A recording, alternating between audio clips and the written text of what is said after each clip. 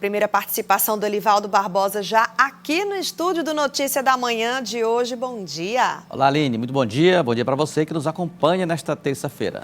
Elivaldo, tem uma nova lei ambiental que deve ser votada hoje na Comissão de Constituição e Justiça da Assembleia Legislativa. Do que ela trata? Olha, são as novas regras no âmbito estadual para tratar políticas públicas relacionadas ao meio ambiente.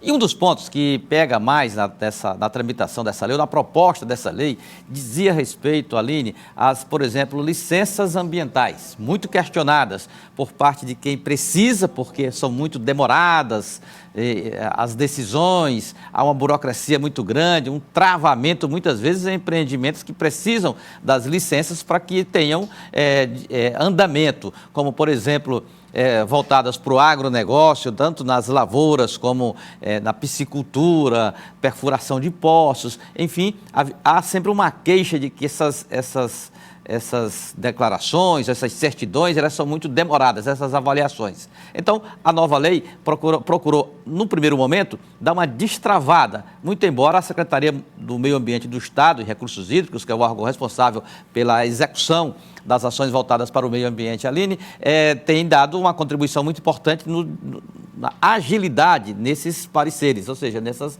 análises. Mas a flexibilização legal preocupa, sobretudo, instituições ambientais. Por esta razão, o líder do governo na Assembleia, o deputado Dr. Vinícius Nascimento, me disse ontem que a lei já foi com as devidas emendas, ressalvas, para a tramitação na Comissão de Constituição e Justiça, que vai dar exatamente o aval da base legal, ou seja, se a lei é constitucional ou não, se é legal ou não, se ela pode ou não prosseguir como foi proposta.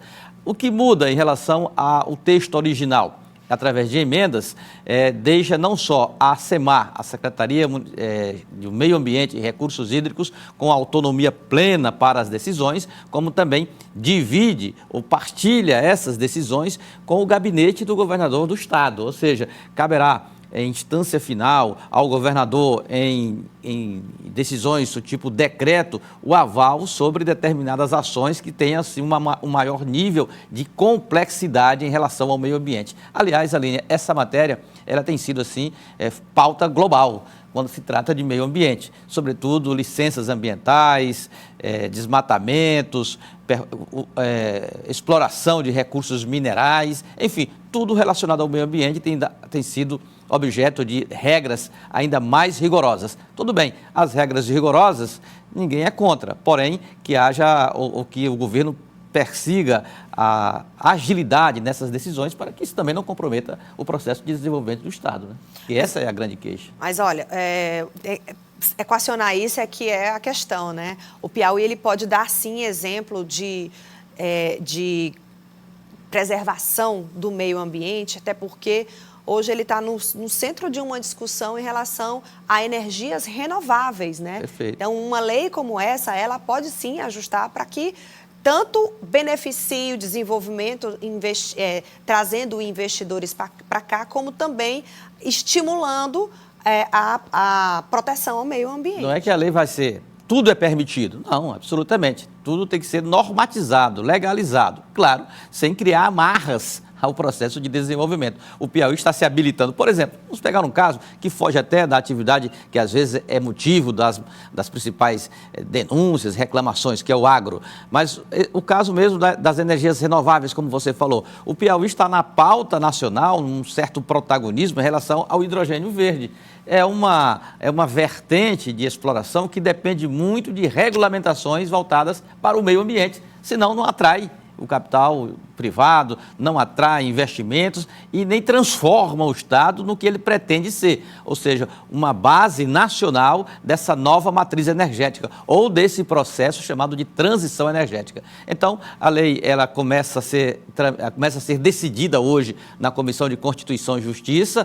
Não se trata aí de oposição e situação, mas da posição do Parlamento em relação a um tema complexo que envolve também setores da sociedade, como ambientalistas, ambientalistas, empreendedores, a sociedade como um todo, governo, iniciativa privada, e que a Assembleia terá essa responsabilidade de normatizar. Em nível nacional, o Brasil tem legislação bastante rigorosa, o Código Florestal, leis muito até duras em relação ao que existe mundo afora. Imagina se não fosse, né? O Brasil pegando fogo, Pois é. São Paulo incendiando, a Amazônia, o próprio Piauí, 2 biomas pegando fogo. Inclusive, a gente vai conversar sobre isso daqui a pouco, né? Será tema de uma das nossas participações ao vivo aqui.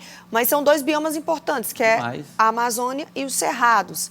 E é porque nós temos essas leis extremamente rígidas. Extremamente rigorosas, por exemplo, com áreas de preservação, que são extensas, a preservação de mananciais, margens de rios, enfim. O Código Florestal Brasileiro é um instrumento também bastante rigoroso, muito embora a gente tenha que contrastar com essa realidade. Ou seja, as queimadas atingindo níveis recordes, como já aconteceu já este ano, conforme os últimos indicadores da Amazônia, do Cerrado, da Mata Atlântica, enfim, é uma situação complexa quando se trata de meio ambiente, sobretudo aqui, considerando a realidade brasileira, que o Brasil, eu diria que no mundo, um dos poucos recantos, um dos poucos ambientes que ainda se tem possibilidade de se definir uma política adequada de meio ambiente relacionada ao meio ambiente. O que não ocorre na Europa, por exemplo, que está toda dizimada em relação ao meio ambiente, e em outras partes do mundo. O Brasil é referência do mundo e precisa, de fato, de leis rigorosas, mas que não comprometam o desenvolvimento nem do país e nem a contribuição do país para o mundo.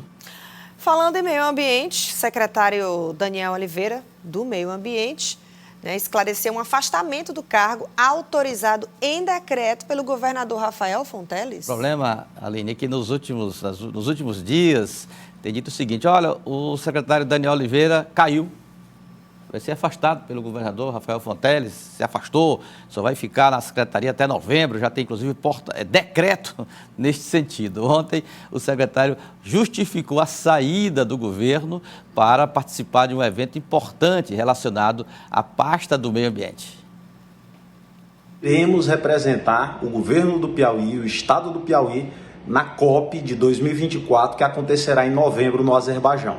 Essa é mais uma agenda importante do estado do Piauí, dialogando sobre as mudanças climáticas, mas principalmente participando de fóruns internacionais que debatem as mudanças climáticas no Piauí, no Brasil e no mundo. É com essa satisfação que eu também agradeço a cada um dos colaboradores da nossa equipe que trabalha dia a dia por uma SEMAR cada vez mais forte e protagonista, levando os bons exemplos da agenda ambiental do Piauí para o mundo. Caiu coisa nenhuma, tá? É mais forte. Está explicado, né? Foi mais forte, porque o secretário Daniel Oliveira já foi definido pelo governador do estado como representante do estado nessa conferência, que é a Conferência Mundial do Clima, a COP29. A 30 vai ser no próximo ano aqui no Brasil, em Belém, mas a desse ano vai ser no Azerbaijão. Então, a agenda do Piauí, a representação do Piauí neste evento será feita através do secretário do Meio Ambiente. Para isso, ele necessita passar desse trâmite burocrático, né? Precisa ser aprovado lá o afastamento, porque é um evento fora do país, e nesse período ele representará o estado nesse importantíssimo evento que é referência mundial nas discussões do meio ambiente, principalmente agora relacionados com essa pauta que são as mudanças climáticas.